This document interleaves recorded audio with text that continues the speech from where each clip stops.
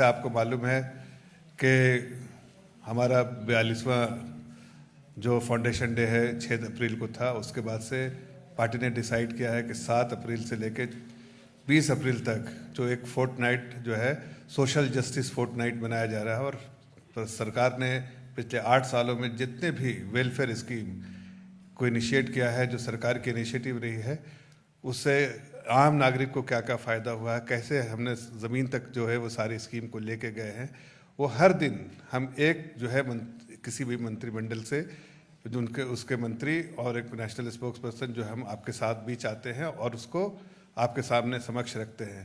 सरकार की जो आदरणीय प्रधानमंत्री जी की जो नीति रही है कि बराबर जो सरकार का जो मकसद है वो एक आम नागरिक को एम्पावर करने का है, एक गरीब आदमी को एम्पावर करने की जो कोशिश रही है, उसी इनिशिएटिव को ध्यान में रखते हुए जो हमने आज जो है फाइनेंशियल इंक्लूजन जो है किस तरह से हमने उसको इनिशिएटिव किया है, प्रधानमंत्री जी की अगुवाई में किया गया है।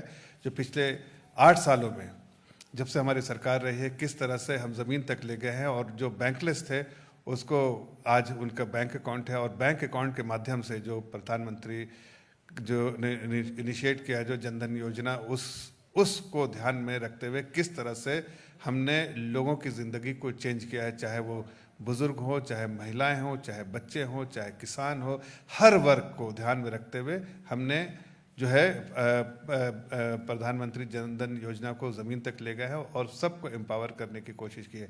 हम देख सकते हैं कि आज के दिन में अगर आप देखिए तो जिस तरह से हमारे पड़ोसी मुल्क जहाँ पर किस हालत में है, आज वहाँ हालात चाहे पाकिस्तान हो, चाहे श्रीलंका हो, चाहे बाकी और कंट्रीज़ हो, जो वहाँ की जनता तराई तराई कर रही है, लेकिन आज हमारी जनता, हम उसको मजबूत भी बना रहे हैं, हम उनकी चिंता भी कर रहे हैं और हर वक्त को बिना भेदभाव के कर रहे हैं, और साथ साथ हमारी जो अर्थव्यवस्था भी तेज़ी से जो है ग्रो कर रही है। आज 8% के ऑलमोस्ट 8% के ग्रोथ से जो है देश की अर्थव्यवस्था तेज़ी से आगे की तरफ बढ़ रही है। जो हमने जो जनधन योजना के बारे में बात की, वैसे तो तफसील से डिटेल से हमारे साथ जो आज मंत्री जो है डॉक्टर कराड़ में MOS फाइनेंस हैं, आप सभी लोग जानते हैं, वो तफसील से जो है इसके बारे में फाइनेंशियल इंक्लूजन में जो वित्त समावेश में हमने क्या क्या किया है उसके बारे में जानकारी देंगे। लेकिन मैं थोड़ा सा उस विषय पर थोड़ी सी बात रख देना चाहता हूँ कि जब से कोशिश की है सरकार ने, तो आप देखिए हमने 45 करोड़ अकाउंट खोले हैं। 45 करोड़ में 55% अकाउंट जो है, 56% वो महिलाओं के अकाउंट खोले जिनके पास कभी बैंक अकाउंट नहीं था, और उस जो है रूरल और सेमी अर्बन एरियाज़ में कम से कम 67% 45 करोड़ के अकाउंट जो है सेमी अर्बन और रूरल एरिया में जो हमने अकाउंट खोले हैं। इससे जो फ़ायदे हुए हैं वो डायरेक्ट बेनिफिट ट्रांसफ़र का फ़ायदा हुआ है, PM किसान सम्मान निधि का फ़ायदा हुआ है। इसमें अगर मनरेगा में हायर अगर एलोकेशन करके ज़्यादा अगर देना है मनरेगा में लेबरर्स को, तो उसमें इसका फ़ायदा हुआ है। अगर आपको महिलाओं को अकाउंट में ट्रांसफ़र करना है तो उसमें इसका फ़ायदा हुआ है।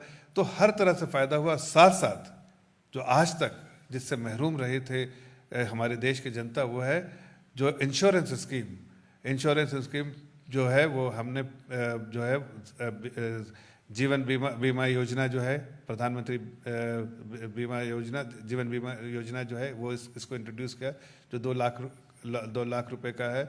और रुपए कार्ड हमने हर लोगों को इस्तेमाल करने के लिए दिया, जो रुपए कार्ड में जिसमें कैश क्रेडिट लिमिट है, हर लोगों को रुपए कार्ड हमने हर बैंक होल्डर्स को दिया है। साथ साथ हमने जो है वो इंश्योरेंस दिया है, जो एक्सीडेंट इंश्योरेंस के लिए भी जो है सुरक्षा योजना जो है प्रधानमंत्री सुरक्षा योजना के अंतर्गत, वो भी 2 लाख का है। और सब के लिए जो है बहुत मामूली मीन्स कि अगर जो जीवन योजना के लिए 330 रुपये और सुरक्षा योजना के लिए 12 रुपये जो है प्रीमियम देना पड़ता है।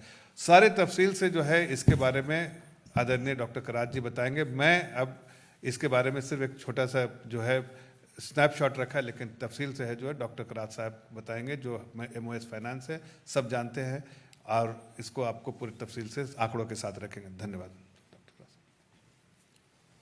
सबको नमस्कार। मैं doctor Bhagavat Karad. I am basically coming from Marathwada, Maharashtra. I M A Rajya Sabha member, उसी के साथ MOS फाइनेंस। और फाइनेंस में मुझे financial services, Deepam and DP, ये तीनों डिपार्टमेंट में संभालता हूँ। आज मैं आपके सामने जो भारतीय जनता पार्टी पक्ष स्थापना के बाद 6 अप्रैल से 28 अप्रैल जो हर दिन एक पत्रकार परिषद हो रही है, तो मैं फाइनेंस डिपार्टमेंट में फाइनेंशियल इंक्लूजन के बारे में बताना चाहता हूँ। अभी हमारे साथी मिस्टर जफर इस्लाम साहब ने बताया, उसी तरह finance inclusion is a game changer for Indian people. Particularly मैं बताना चाहता हूँ, जो गरीब से गरीब आदमी है उसमें बैंक को जुड़ाना, इसीलिए प्रधानमंत्री मोदी जी ने 15 अगस्त 2014 को अनाउंसमेंट किए वाली जनधन योजना बहुत ही महत्वपूर्ण है और ये योजना की शुरुआत 28 अगस्त 2014 से हो गई। इस जनधन योजना में बैंकर्स, नेशनलाइज्ड बैंकर्स हर गली में, हर मोहल्ले में, देहात में जाके सभी का अकाउंट खोलने में कोशिश किया। उतना ही नहीं तो ये जो अकाउंट खोले हैं वो जीरो अकाउंट है, जीरो बोल तो जीरो पेइंग अकाउंट, कुछ पेमेंट देने का नहीं, कुछ खर्चा नहीं। तो अगर उसके पहले अगर अकाउंट नेशनलाइज्ड बैंक में खोलना था तो बहुत सारे कागज पत्र लगते थे, उसी के साथ 5,000 रुपये भरना पड़ते थे। लेकिन प्रधानमंत्री जी के इस योजना की वजह से ये कुछ भी न करते हुए सब लोगों के अकाउंट खुले हैं। जैसे हमारे साथी ने बोला वैसे अभी तक 45 करोड़ अकाउंट खोल चुके हैं और इसमें ज़्यादा महिलाओं के अकाउंट है। और मैं इतना बताना चाहता हूँ कि ये अकाउंट खोलते समय 3-4 चीज़ ख्याल में रखा है। बैंकिंग टू द अनबैंक, मुझे जिसका बैंक में अकाउंट नहीं है उनका बैंकिंग करना है।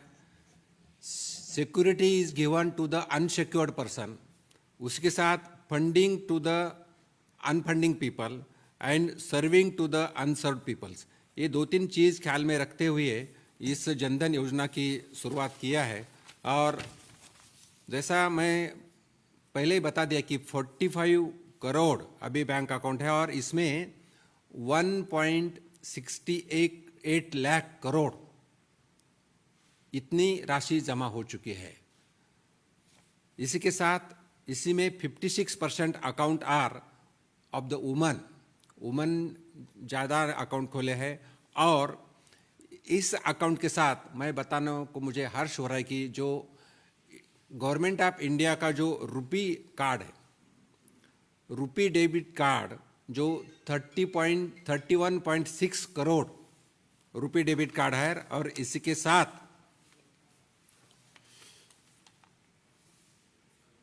के साथ प्रधानमंत्री बीमा सुरक्षा योजना, ये 2 लाख का इंश्योरेंस जिसमें 12 रुपये पर ईयर भरना पड़ता है, तो ये अटैच। तो जो लोग जनधन अकाउंट खोलते हैं उसी के साथ उनका प्रधानमंत्री बीमा सुरक्षा योजना भी होता है। तो ये 2 स्कीम बहुत ही महत्वपूर्ण है। तो इस जनधन योजना से मैं इतना बताना चाहता हूँ कि ये बैंकिंग का नेटवर्क हमारा जनधन योजना से बहुत बढ़ चुका है। अभी तक 8.5 लाख बैंकिंग टचिंग पॉइंट्स हमारे देश में है। उसमें बैंक ब्रांचेस हो गए, डिफरेंट बैंक के एटीएम्स होंगे, इसी के साथ पोस्ट ऑफिस और bank correspondents particularly in the villages where the bank branches are not available, they are having the job and they cover up to the 5 kilometre of the area। तो Jan Dhan account में मैं इतना ही बताना चाहता हूँ कि इस अकाउंट की वजह से डिजिटल ट्रांजैक्शंस का भी लोगों को फाइनेंशियल लिटरेसी के माध्यम से प्रशिक्षण दिया गया। बैंक करस्पॉन्डेंस हो या बाकी सब योजना के तरफ से, पर्टिकुलरली नाबार्ड के माध्यम से। और ये डिजिटल ट्रांजैक्शंस भी हमारे देश में बढ़ चुका हूँ। मैं बताना चाहता हूँ 2013-14 में प्रधानमंत्री मोदी जी ने शपथ लेने के बाद पहले the digital transaction in that year was 247 crore, but this digital transaction has increased by 28 times, and the digital transaction in the banking in the year 2020-21 is 7,100 crore, and that digital transaction is increased by 28 times in these 7 years. Similarly, UPI transactions increased by 9 times, and the 3 years it is about to 5,187 crore in the 2021. मैं एक बताना चाहता हूँ, प्रधानमंत्री मोदी जी के नेतृत्व में JAM Trinity, JAM Trinity has played a very important role for direct beneficiary transfer, DBT. तो JAM Trinity क्या है, मैं आपके माध्यम से बताना चाहता हूँ। J stands for Jan Dhan account, A stands for Aadhaar card, and M stands for mobile. Means Jan Dhan account हमारे जो सिटीजन्स हैं जिनका जनधन अकाउंट खोला है, वो जनधन अकाउंट आधार कार्ड से लिंक किया है, और आधार कार्ड के लिंक करने के बाद वो ये अकाउंट मोबाइल से लिंक किया है।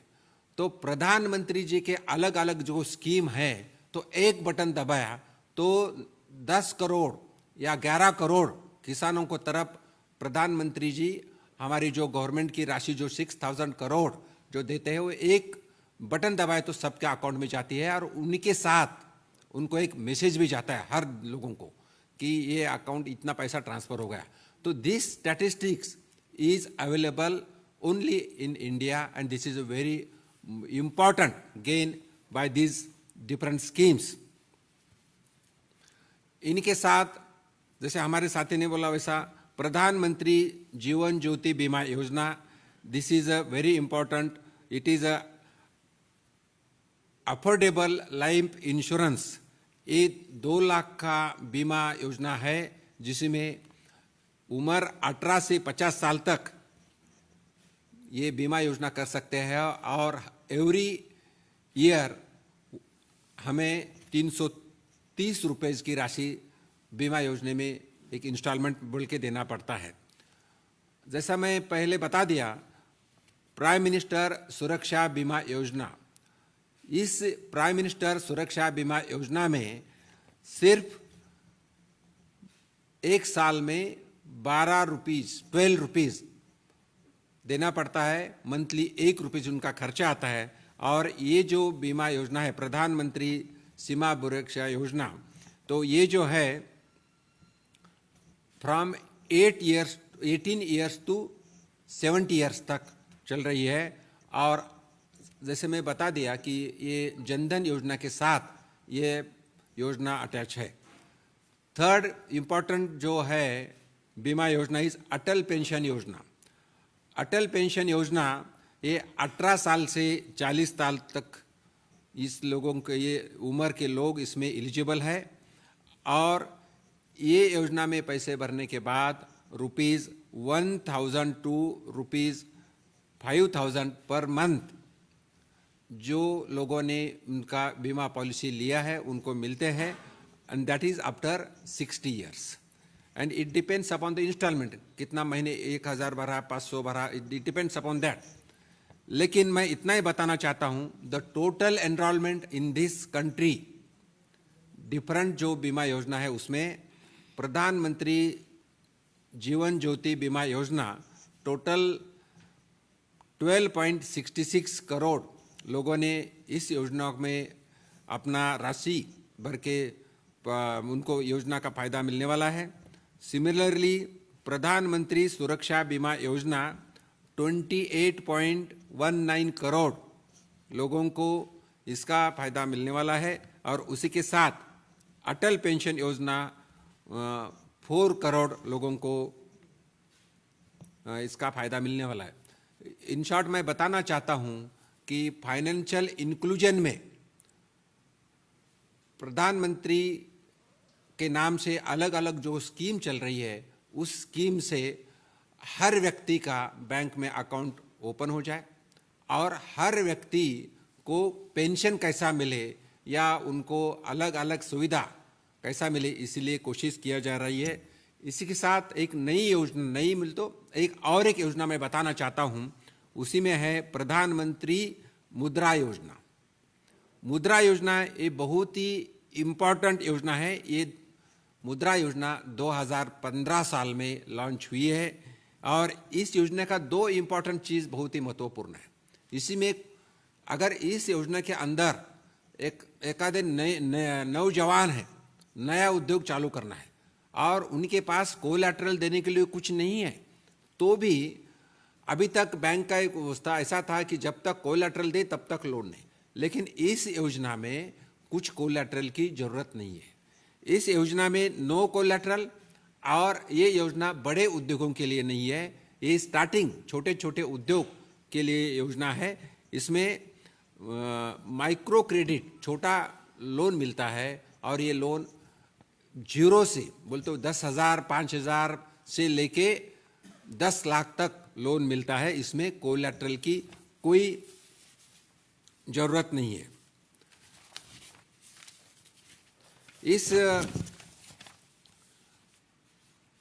इसमें बताना चाहता हूं कि ये फार्मिंग के लिए मुद्रा योजना नहीं है, but this is for small and micro entrepreneurs, छोटे छोटे उद्योग के लिए, जैसा मैं बताया ये है। और दिस योजना इज ये जो है योजना का लाभ हर नौजवान या नया उद्योजक बैंक्स में ले सकते हैं, माइक्रो फाइनेंस कॉरपोरेशन में ले सकते हैं, या NBFC यानी नॉन बैंकिंग फाइनेंस कॉरपोरेशन में ले सकते हैं। अभी तक इस योजना के अंदर 34 करोड़ 42 लाख अकाउंट खोले हैं। इसका मतलब 34.42 लोगों ने इसका फायदा लिया है और अभी तक 18.6 लाख करोड़ रुपीस डिस्ट्रीब्यूट हो चुके हैं। और इसी में से मुझे बताने को हर्ष होता है कि ज़्यादा से ज़्यादा महिला इसी में है, जिस प्रधानमंत्री मुद्रा योजना में 68% लोन जो है फीमेल को मिल चुका है और उनके छोटे छोटे उद्योग देहात में हो या अर्बन में हो चल रहे हैं। ऐसी अलग अलग स्कीम्स जो फाइनेंशियल इंक्लूजन में है, जिसमें रूरल हो, अर्बन हो, मेल हो, फीमेल हो, गरीब लोगों के लिए फाइनेंशियल इंक्लूजन में करने का प्रधानमंत्री जी के नेतृत्व में हमारा फाइनेंस डिपार्टमेंट देश में कर रहा है। और मुझे उम्मीद है कि इसी के वजह से हमारी इकोनॉमी स्टेबल है, हमारी इकोनॉमी बढ़ रही है और हमारा देश, भारत देश आज एक पूरे दुनिया में 5th लार्जर इकोनॉमी का देश है। पहला जो है बोल सकते हैं कि अमेरिका है, चाइना है, जापान है, जर्मनी, और 5th is our country and our economy is stable economy, ऐसा बता सकते हैं। मुद्रा के टाइम पैंडेमिक था, पैंडेमिक में जैसे हमारे साथी ने बता दिया दूसरे देश में लोग परेशान हैं, लेकिन हमारी इकोनॉमी बढ़ रही है और इकोनॉमी में स्टेबल है। इन शब्दों के साथ फाइनेंशियल इंक्लूजन में जो जो अलग अलग योजना है, वो अलग अलग योजनाओं को मैं आपके सामने रखा हूँ। और इसके साथ मैं अगर कुछ इंक्लूजन के बारे में कुछ क्वेश्चन है तो पूछ सकते हैं। अगर आपका कोई सवाल हो तो आप पूछ सकते हैं। फाइनेंशियल इंक्लूजन और अगर हिंदी इंग्लिश किसी भी पूछ सकते हैं। We can respond to both in English and Hindi.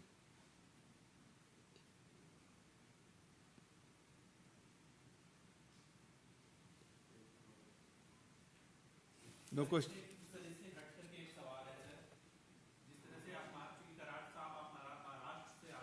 आज इसको रिस्ट्रिक्ट कर रहे हैं, जो हमारा 15 और ये पूरा वीक जो है, फोर्टनाइट जो है, हम सोशल जस्टिस इनिशिएटिव जो सरकार ने लिया है उसके भी के बारे में मिनिस्ट्री वाइज हम यहाँ पर प्रेस कॉन्फ्रेंस कर रहे हैं। हर मिनिस्ट्री में कैसे हम लोगों ने ज़मीन तक ले जाने में प्रधानमंत्री की अगुवाई में हर वेलफेयर स्कीम को ले गए हैं और उसका क्या क्या बेनिफिट्स हुआ है उसका ब्यौरा हम दे रहे हैं। इससे जुड़ा हुआ कोई भी सवाल हो आप बेशक कीजिए, हम हर उन सवालों का जवाब देंगे, लेकिन इतना सिर्फ कहना चाहता हूँ कि सवाल जो है इससे रेस्ट्रिक्टेड हो और कोई बाद में हम सब चीज़ पे पॉलिटिकल ये न करते हुए गौर गरीब लोगों के लिए प्रधानमंत्री जी के नेतृत्व में डिपार्टमेंट क्या कर रहा है, कैसे हम गौर गरीब लोगों के पास जा रहे हैं, उसी के साथ रूरल एरिया में कैसे जा रहे हैं, उसी के साथ जो हमारी कुछ अलग अलग योजना है। आपको पता है कि कोविड के टाइम में, पैंडेमिक टाइम में महिलाओं के लिए प्रधानमंत्री जी ने 500 रुपए दिए थे, वो भी उनके अकाउंट पे गए थे।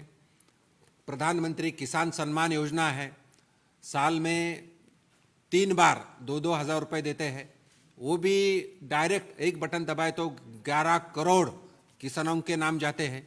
ये सिस्टम कहीं भी नहीं है and this is only in India and प्रधानमंत्री जी के नेतृत्व में ये चल रही है। जैसे आप बोलते हैं कि फाइनेंशियल इंक्लूजन एक इम्पोर्टेंट एस्पेक्ट है, साथ में बढ़ती महंगाई भी है, 2 साल कोविड के भी गए हैं, जो एस्केलेटिंग प्राइसेस हैं, चाहे हम फ्यूल की बात करें, सिलेंडर्स की बात करें, गैसेस की बात करें, तो इसको किस तरह से आप फैक्टर इन कर रहे हैं इन स्कीम्स में? मैडम, 2 चीज़ मैं बताना चाहता हूँ। कैसा है कि कोविड की वजह से 2 साल 2 बार हमें लॉकडाउन करना पड़ा एट द कोविड टाइम, लेकिन मैं बताना चाहता हूँ कि अलग अलग स्कीम्स निकाल के स्ट्रीट वेंडर से लेके उद्योजक तक, बोल तो गौर गरीब के लिए बहुत स्कीम निकाली थी, जिसमें स्ट्रीट वेंडर्स जो उनको 10,000 प्राइम मिनिस्टर स्वनिधि योजना, जिसमें 10,000 लोग विदाउट कोलैटरल मिलते थे। जैसे उद्योजक के लिए emergency credit link guarantee scheme थी, जिसमें 20% जिसका लोन है उसका 20% विदाउट कोलैटरल दिया था। अलग अलग स्कीम इकोनॉमी स्टेबल करने का किया है। अभी जैसा आपका सवाल है कि थोड़ी महंगाई जो बढ़ रही है उसके ऊपर डिपार्टमेंट ख्याल करके है और हो सके उतना कंट्रोल करने का कोशिश कर रहे हैं, लेकिन because of the Ukraine and Russia war थोड़ा भी चल रहा है। थोड़ा इसमें जो मंत्री जी ने कहा उसको और थोड़ा सा आगे ले जाते हुए कि अगर आप ग्लोबल पर्सपेक्टिव में देखिए तो इन्फ्लेशन जो है इंडिया सेंट्रिक नहीं है, पूरे दुनिया में जो है इन्फ्लेशन बढ़ा है, लेकिन इंडिया में फिर भी बहुत कम बढ़ा है। जो हमारा जो आदरणीय प्रधानमंत्री का जो एमपीसी के द्वारा जो एक स्टेटमेंट है, ऑब्जेक्टिव है कि हम 4% ±2% से आगे नहीं बढ़ने देंगे, वो हम उसमें ब्रीच किया है, लेकिन सिर्फ 8 सालों में 4-5 बार ब्रीच किया है। लेकिन आज के दिन में जो फोरकास्ट है आरबीआई का भी आया है, वो आ रहा है कि डाउनवर्ड प्रेशर होगा, थोड़ा साइक्लिकल रीजन की वजह से, थोड़ा सीजनल फैक्टर की वजह से, थोड़ा जो हमारे ग्लोबल कमोडिटी प्राइस जो यूक्रेन की वजह से, चाइना की वजह से जो बढ़ गया है अपवर्ड प्रेशर, उसकी वजह से थोड़ा सा महंगाई में जो सीपीआई इंडेक्स है वो बढ़ा है। लेकिन आगे आने वाले दिनों में फोरकास्ट जो बताता है कि सीपीआई इंडेक्स भी जो है वो 6 के नीचे होगा और जो है सब्जियों के दाम और इसके दाम जो कुछ चीज़ें बढ़ी थी, कुछ चीज़ों के कम हुए, कुछ चीज़ों के बढ़े हैं, वो भी सीजनल फैक्टर की वजह से वो भी कम होने के पूरे चांसेस है। लेकिन कुछ चीज़ें जो है वो हमारे कंट्रोल में नहीं, जैसे जो कमोडिटी प्राइसेस है वो इंटरनेशनल ड्रिवन प्राइस है, उसमें हमारा देश में कोई हम प्रोडक्शन नहीं होता है। जैसे ऑयल है, क्रूड हमारे यहाँ नहीं प्रोडक्शन होता है, वो इंटरनेशनल मार्केट में, वैसे बहुत सारी चीज़ें हैं जो इंटरनेशनल मार्केट ड्रिवन प्राइस है, उसका इम्पैक्ट जो है इंडियन मार्केट में भी आता है, उससे थोड़ी बहुत जो है प्राइस पे जो इम्पैक्ट आता है। लेकिन सरकार की कोशिश है कि एक आम नागरिक को किसी तरह की असुविधा ना हो, इसलिए सरकार वैसे वेलफेयर स्कीम लेके आती है जैसे प्रधानमंत्री गरीब कल्याण योजना, इसलिए कि जो एक आम नागरिक को कोई दुख किसी तरह का तकलीफ ना हो, उसका हाथ थामे, उसको एम्पावर करे। और इसलिए वेलफेयर स्कीम का वही जो मकसद है कि गरीब आदमी तक पहुँचे, एक आम नागरिक तक पहुँचे। और इंक्लूसिव अप्रोच उस वक्त तक नहीं पॉसिबल है जब तक कि फाइनेंशियल इंक्लूजन ना हो और मेन स्ट्रीम का पार्ट ना हो। और आज देखिए, इसी जब जनधन अकाउंट खोलने के बाद 1.67 लाख करोड़ जो है वो डिपॉजिट है, वो अपने आप में इस बात को दर्शाता है कि लोग इवन दो मिनिमम बैलेंस 0 होना चाहिए, उसके बावजूद भी जो है जो एवरेज बैलेंस जो है वो करीब 3700-3800 रुपया है। समझ में आता है कि लोगों के पास जो है अब ये फाइनेंशियल सेक्टर से वो कहीं ना कहीं कनेक्ट हो रहे, उसका उनको अपने समाज में भी, अपने परिवार के लिए भी और अपने सोसाइटी के लिए, दोनों सबको इसका जो है फायदा हो रहा है। इसी के साथ मैं बताना चाहता हूं, और बैंकिंग सर्विसेज बढ़ना चाहिए। इसीलिए जो अभी लास्ट बजट सेशन हो गया, उसी में डिक्लेयर किया है कि हर पोस्ट ऑफिस में बैंकिंग सर्विसेज मिलेगा। हर post office, around 1.5 lakh post offices, there the banking services will be available.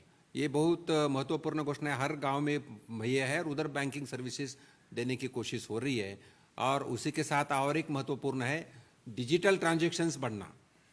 Digital transactions बढ़ना ये भी महत्वपूर्ण चीज़ है। और डिजिटल ट्रांजैक्शन, डिजिटल बैंकिंग भी 75 बैंक्स अभी ये साल स्टार्ट करने का गवर्नमेंट ऑफ इंडिया का डिसीजन है। प्रधानमंत्री माननीय मोदी जी के नेतृत्व में फाइनेंस मिनिस्टर मैडम ने ये डिक्लेयर किया है।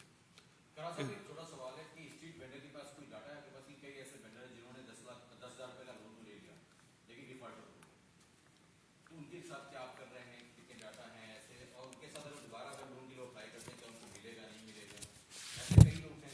ऐसे मेरे पास पूरा डाटा दिया है।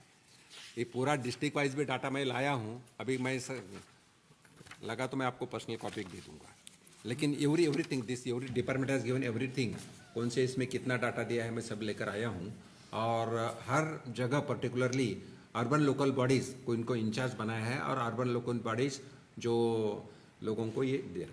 मैं इस पर थोड़ा सा ऐड कर देता हूँ। देखिए, रिकवरी मैकेनिज्म भी जब सरकार स्कीम लेके आती है तो रिकवरी मैकेनिज्म भी लेकर आती है।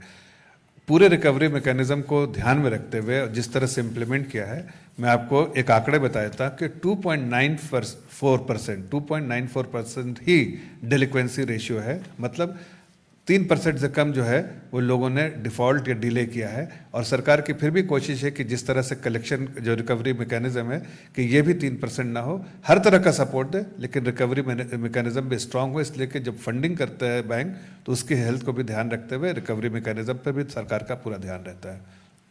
आपके इंफॉर्मेशन के लिए जो मैं मुद्रा लोन की बात कर रहा था, मुद्रा लोन को कोलैटरल नहीं है, लेकिन बैंक कौन सा भी लोन दिया तो गारंटी के सिवा लोन देते नहीं। बट गवर्नमेंट ऑफ इंडिया उसकी गारंटी लेती है बैंक को।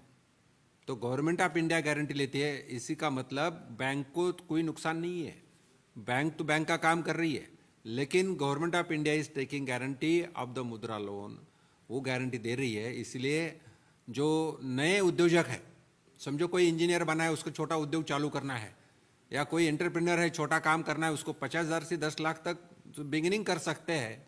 एक आधी बड़ी, समझो मेरा किसी का बड़ा यूनिट है, इंडस्ट्री है, मुझे छोटा एक उनको बना के देना है, तो ये बड़े छोटे छोटे काम चालू करते हैं। और जब तक प्राइमरी सेक्टर लैंडिंग होती नहीं तब तक हमारी इकोनॉमी बढ़ती नहीं।